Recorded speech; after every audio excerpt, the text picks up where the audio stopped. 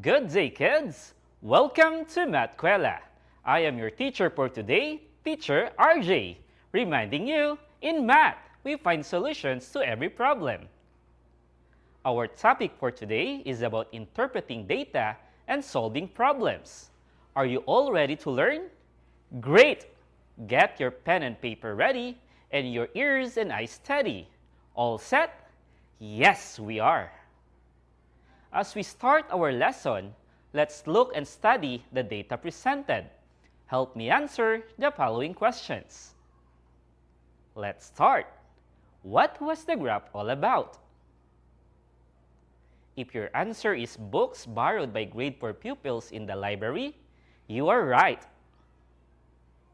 What subject has the least number of books borrowed in the library? The correct answer is Araling Panlipunan. How many more pupils borrowed Filipino than English books? The correct answer is 25.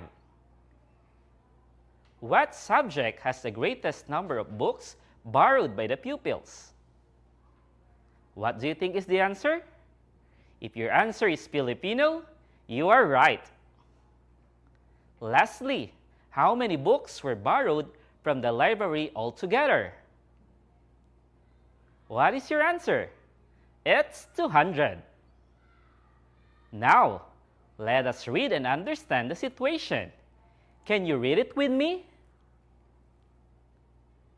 Miss Belmonte conducted a survey on most favorite flowers among pupils in their school. The data she gathered were presented in the graph. Created using Powtoon.